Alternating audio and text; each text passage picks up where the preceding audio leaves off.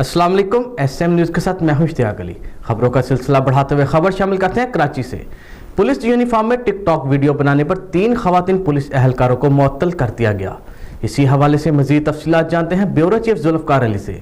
जी जुल्फकार, तफसीलात से आगाह कीजिएगा। ये हमारी कार है, ये हम है और ये हमारी ख्वारी हो रही है, ख्वारी हो रही है। जी बिल्कुल, SP सदर ज़हदा परवीन का कहना है कि तीनों खवातीन पुलिस एहलकारों को मुअत्तल कर दिया गया है, जिसका नोटिफिकेशन भी जारी कर दिया गया है।